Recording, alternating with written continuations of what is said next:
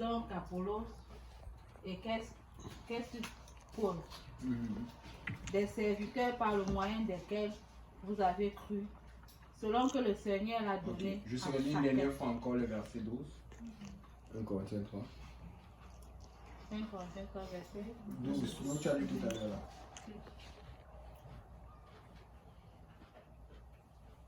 Oh, si quelqu'un bâtit sur ce... Non, le premier verset c'était quoi? C'était 1 Corinthiens. Ce que tu as lu en premier. C'était en hébreu. Non, celui que tu as lu tantôt à Corinthiens, c'était quoi? 3, 2. C'est ça, lis le 2. je lis le 2, ok. Je vous ai donné du lait, non de la nourriture solide, car vous ne pouviez pas la supporter, et vous ne le pouviez pas, même à présent, Amen. parce que vous êtes encore Parce que charnel. vous êtes encore charnel. La Bible dit, je vous ai donné du lait, non de la nourriture solide. Amen. Je pense que il y a beaucoup d'entre nous qui ont déjà des enfants ici là. Moi j'ai un enfant, la sœur Viviane a un enfant. On a la sœur Yolande qui attend. On la garde en prière au nom de Jésus. Oh Seigneur, que Dieu fasse. Et puis, vous savez, c'est bien d'avoir un enfant. Amen. Mais c'est encore mieux quand un enfant grandit. Amen. Quand tu vois un enfant et qu'il a, je sais pas, 1 mois, 2 mois, normalement il doit être au sein maternel. Normalement il doit être c'est le mélange là. D'autres sur le nido. Est-ce que les enfants, les bébés peuvent prendre le nido, non? C'est là. C'est là. Le nido descend à quelqu'un qui voulait le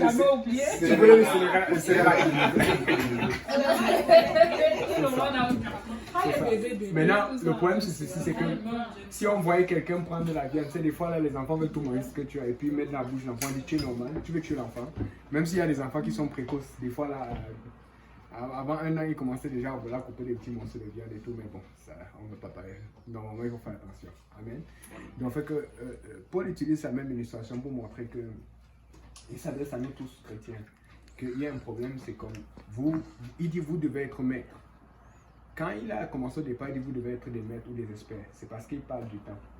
Nous échangeons depuis. Nous discutons de Dieu depuis. Vous me posez des questions. On parle de 1 Corinthiens, 2 Corinthiens, on appelle des hébreux. Ce sont des lettres à l'église. Et donc, il est en train de répondre parce qu'ils ont des problèmes. Mais il se rend compte qu'il est en train de répondre des choses qu'il a déjà répondues. Il est en train d'adresser des choses qu'il a déjà adressées. Il est en train de répondre des choses que lui prenait pour acquis, que ça devait être déjà réglé. C'est se considérer comme chrétien. Je pense que nous pensons tous que nous sommes des chrétiens aujourd'hui, n'est-ce pas? Nous pensons tous que nous sommes des chrétiens ici aujourd'hui, n'est-ce pas? Amen. Maintenant, ça, je ne veux pas apporter ça comme c'était moi qui l'apportais. J'aimerais l'apporter comme Paul est en train de l'apporter. Pourquoi Paul apporte ça aussi? Et il a les dieux là-dedans. Il dit, vous ne pouvez même pas supporter la nourriture solide parce que vous êtes encore charnel. Est-ce qu'on est capable de supporter la nourriture solide maintenant? Et pourquoi on ne peut pas supporter? Parce que Paul adresse la question des experts. Pas peut-être le frère André qui peut-être connaît l'église aujourd'hui, peut-être qu'il allait déjà à l'église, mais la plupart d'entre nous sommes déjà à l'église pour un certain moment. La plupart d'entre nous, nous avons appris à prier pour un certain moment. La plupart d'entre nous, nous avons appris à jeûner pour un certain moment. La plupart d'entre nous, nous avons appris à méditer pour un certain moment. Où est-ce que nous a amené cet état de prière, de discipline dans la prière, dans la méditation, dans le jeûne, dans la recherche de la face du Seigneur? Est-ce qu'on peut s'auto-identifier? Est-ce qu'on peut s'auto-critiquer et dire, en ce moment, je prends le Cérélac ou je prends... Non, je vois, il y avait le griot. Le griot, j'ai vu beaucoup, merci à la sœur Karine, sœur Viviane, merci à tous les sœurs qui ont participé. Je vois les poulets, je vois beaucoup de choses. Ça, c'est... Tous les enfants peuvent manger ça. Et même la plupart des enfants, même s'ils ont 2, 3, 4 ans, s'ils veulent manger ça, on a besoin de couper pour eux ou ils ont besoin de couper pour eux-mêmes. Ils ne peuvent pas prendre ça comme nous et puis déchirer avec la mâchoire, la molaire ou la prémolaire ou je ne sais pas quoi. Ils ont besoin. Vous comprenez un peu? Mais nous le prenons rapidement parce que nous avons des dents qui ont déjà été aiguisées. Ce qui veut dire que dans le naturel, c'est normal que nos dents fussent aiguisées. Dans le naturel, c'est normal que nous ayons des dents aiguisées et des dents solides pour pouvoir déchiqueter cette nourriture. Parce que nous n'avons pas besoin de dents aiguisées pour pouvoir boire du lait. Nous avons juste besoin des dents propres. Nous n'avons pas besoin de dents aiguisées pour pouvoir déchirer la chair, pour pouvoir déchirer le corps. Nous avons juste besoin de dents propres. Voilà un peu. Ce qui veut dire que ce que nous prenons comme lait ou comme liqueur, à moins que ce soit des liqueurs comme le gingembre qui est fort pour les enfants, amen. Nous autres, les chrétiens, nous, on ne boit pas d'alcool, si vous voulez. J'espère que je ne pense personne. Mais, si vous prenez ces liqueurs-là, tous les enfants, à part le gingembre, comme je dis, d'autres choses sont fausses, tous les enfants sont capables de le prendre. Ce qui veut dire qu'il y a un état où tu es capable de prendre des choses, il y a un état où tu es capable de prendre des choses plus dures. Et les choses plus dures, un exemple, la viande. Un exemple, le porc, parce que c'est plus difficile à digérer. Tu mets ça là-dedans, ça ne sort pas comme ça. Amen. Maintenant, alors, pourquoi Paul adresse cette situation? C'est vraiment important, j'insiste là-dessus, parce que des fois, on pense que quand il parle de plus solide, c'est pour les pasteurs, ou c'est pour les femmes de pasteurs. Non, non, il parle à l'église. Parce que, quel que soit où tu es, quelle que soit ta dénomination, quel que soit où tu es, où tu te trouves, est-ce que depuis que tu crois en Dieu, tu penses que tu as grandi, ou tu penses que tu as régressé, ou tu penses que tu es stagné? Parce que nous sommes habitués, nous sommes appelés à grandir. Nous sommes appelés à nous multiplier. Nous sommes appelés à multiplier. Et donc Paul s'attendait à cela. Un enfant, quand il grandit, après 1 an, tu t'attends à ce qu'il commence à prendre des choses plus sucrées, plus dures. Après 2 ans, tu t'attends à ce qu'il marche. Quand un enfant ne marche pas à 2 ans, tu dis, mais voyons donc, il y a un problème. Amen. C'est-à-dire que dans le naturel, nous sommes très difficiles. Nous faisons comme si on ne sait pas, mais nous sommes très difficiles parce que tout le monde panique quand on dit, dès qu'un enfant ne marche pas à 2 ans, on commence à dire, est-ce qu'on l'a attaché au village, est-ce qu'on lui a envoyé quelque chose, parce qu'il y a des choses qui arrivent qu'on sait que normalement dans le naturel, ça ne doit pas arriver. Si ça arrive, c'est qu'il y a quelque chose. Pourquoi alors il y a des choses dans le spirituel quand ça arrive ou quand on a un constat, pourquoi on ne peut pas dire qu'il y a quelque chose qui ne va pas? On est capable d'identifier dans le naturel ou dans le charnel que quelque chose ne va pas, mais nous ne sommes pas capables d'identifier dans le spirituel que quelque chose ne va pas, parce que nous voulons laisser les choses spirituelles là où elles sont, parce que nous voulons juste nous approprier du naturel. Parce que dans le naturel et le charnel, il y a la gloire qui est rapide, mais qui est éphémère. Alors que dans le spirituel, il y a d'abord le travail et l'attente et la rétribution vient par la suite, parce que c'est comme ça que Dieu travaille.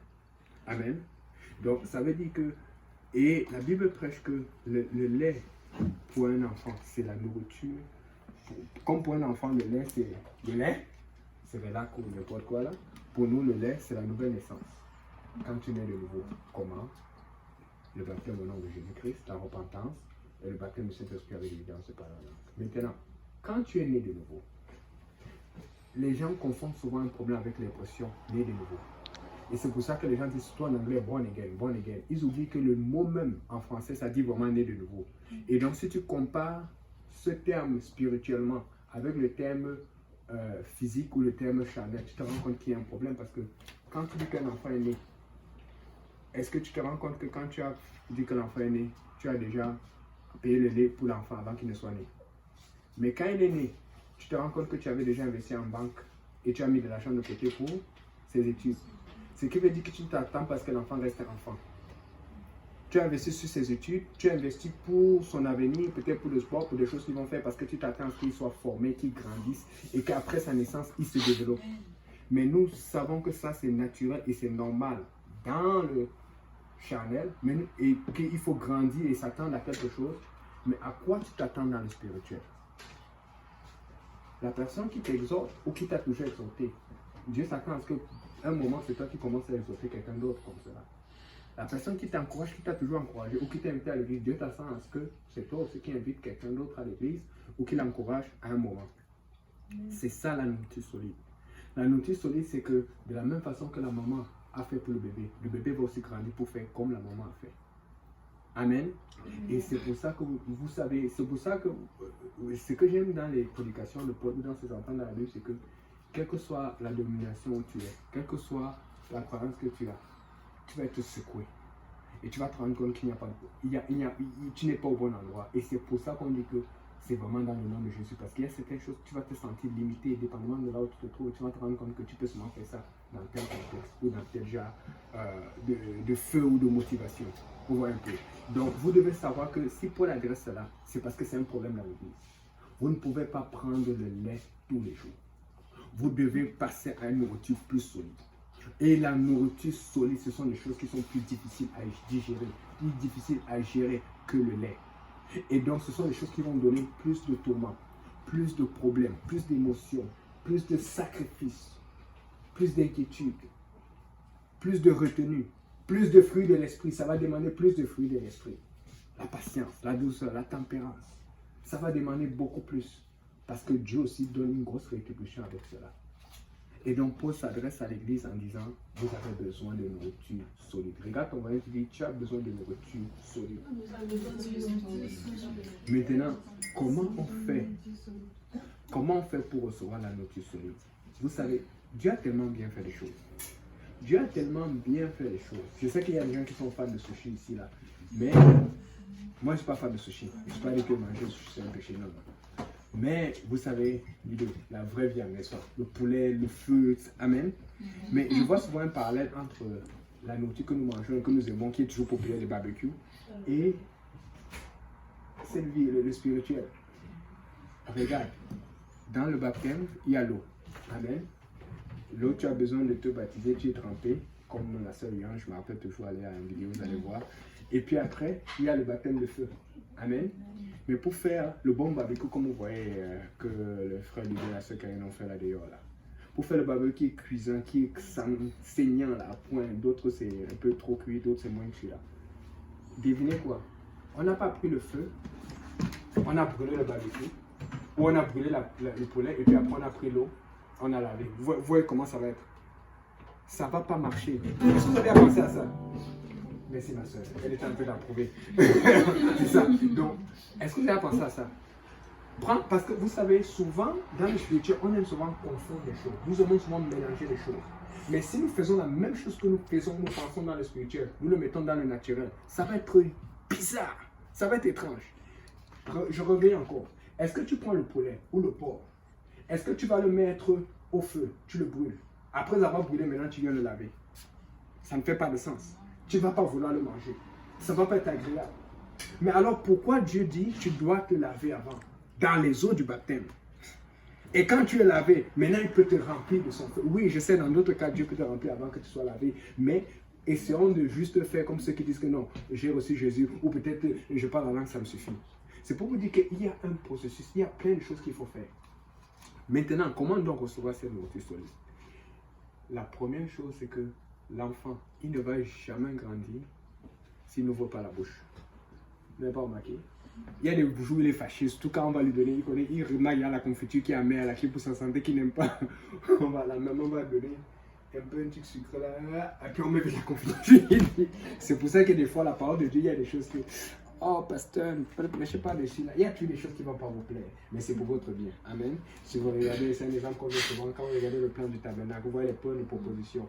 La Bible dit, allez lire dans Lévitique, je pense, 26. La Bible dit que dans les pains qui étaient frais, qui étaient toujours chauds, il y avait de la cendre dessus. Comment on peut mettre la cendre sur le pain? Quand tu mets la cendre sur le pain et que tu mets dans la bouche, ça garde un goût amer.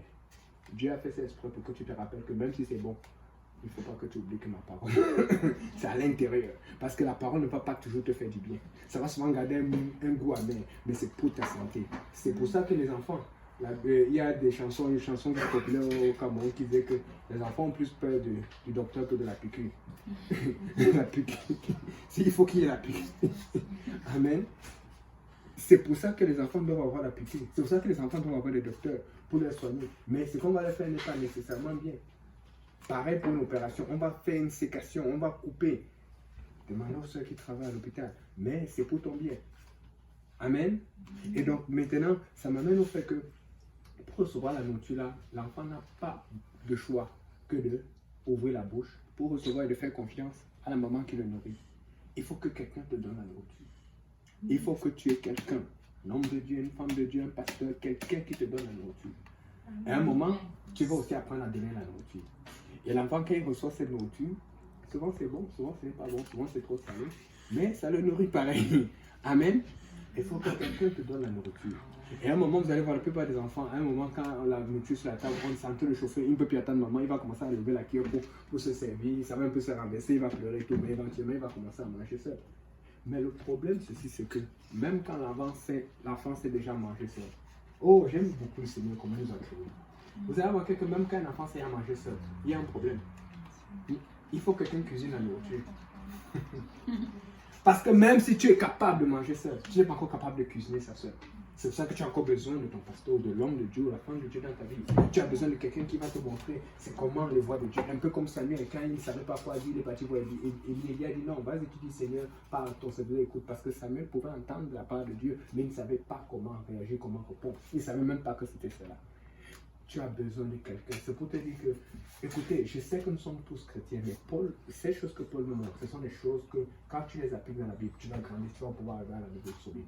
Il faut quelqu'un qui te donne constamment, quelqu'un de confiance, quelqu'un tu sais qu'il a un témoignage, qui te donne constamment la nourriture. Et quand il te donne la nourriture, sache qu'il n'est pas parfait, parce que seul Jésus est parfait. Amen.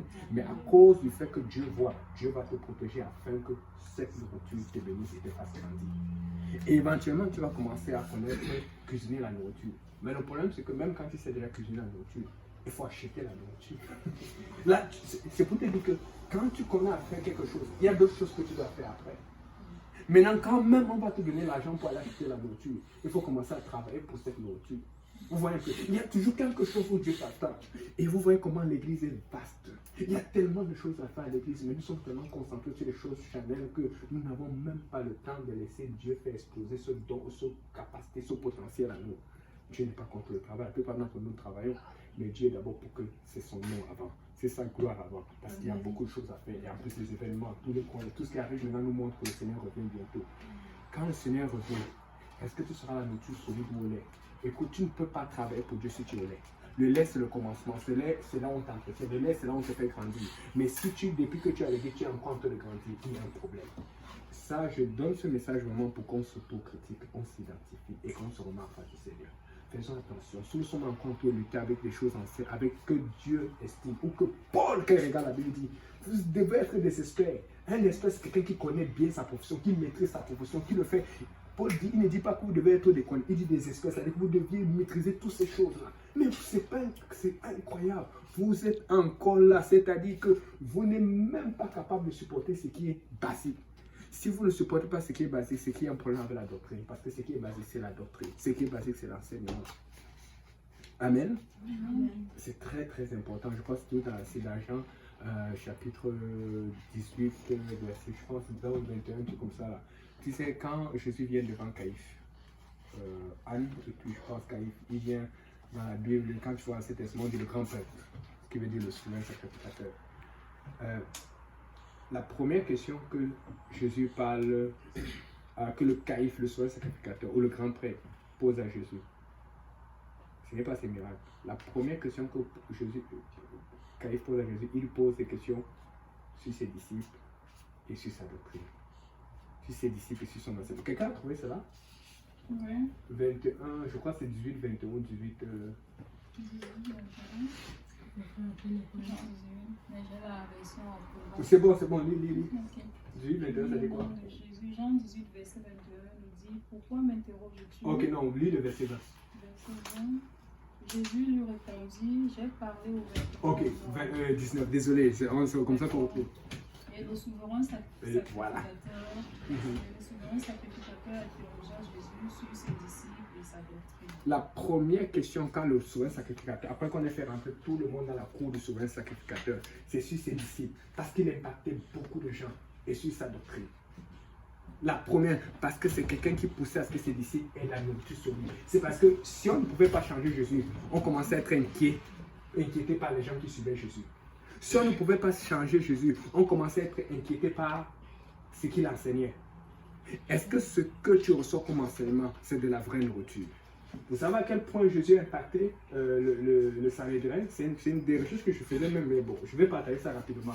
Est-ce que tu peux remonter un peu verset 17? Je vais vous montrer quelque chose. D'accord.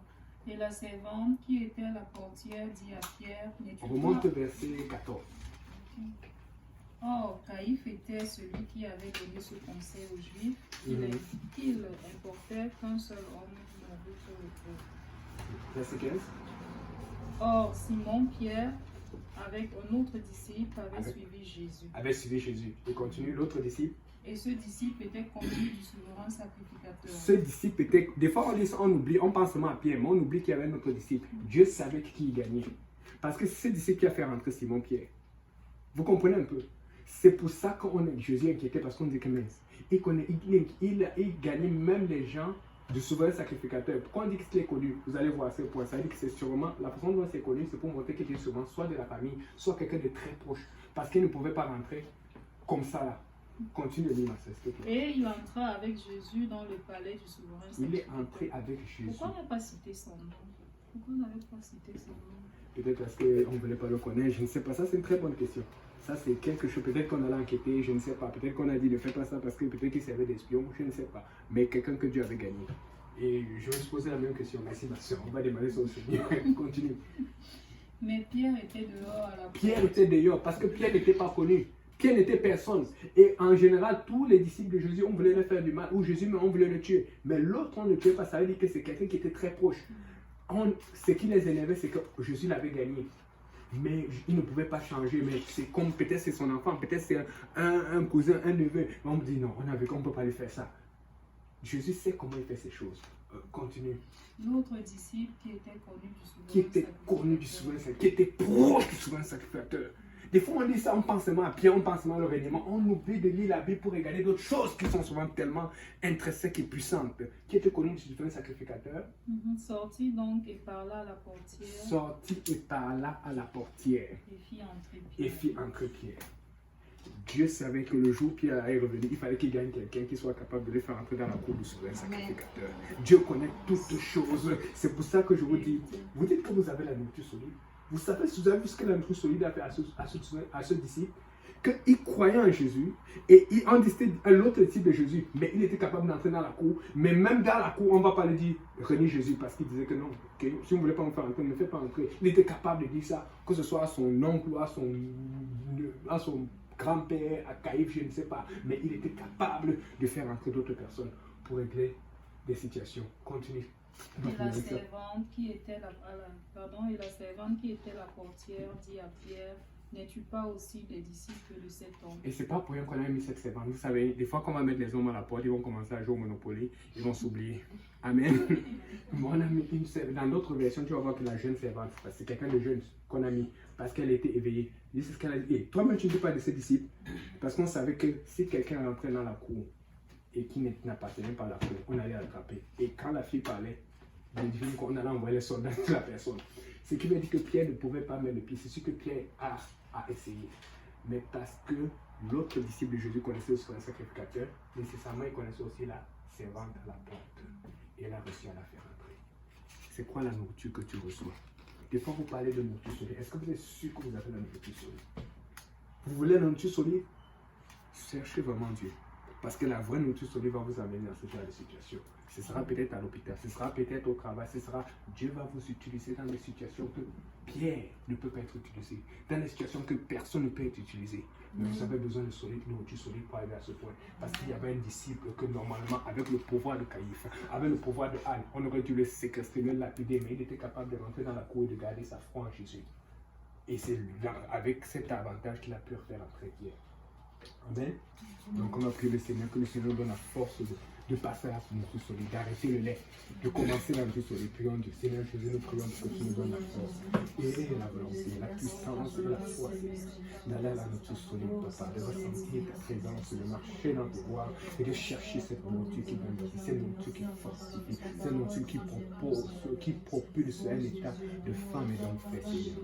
Nous crions ta main, Seigneur, nous crions ta puissance, Seigneur, nous crions ta miséricorde, Seigneur, nous crions ta justice, Seigneur, car éternel, tu es saint, car éternel, tu es Dieu, car éternel, tu es digne de louange, tu es digne de gloire, tu es digne d'adoration. Ton nom est magnifique, ton nom est glorieux, au nom de Jésus. Amen. Alléluia. Donc, que Dieu vous bénisse. Merci d'avoir parlé.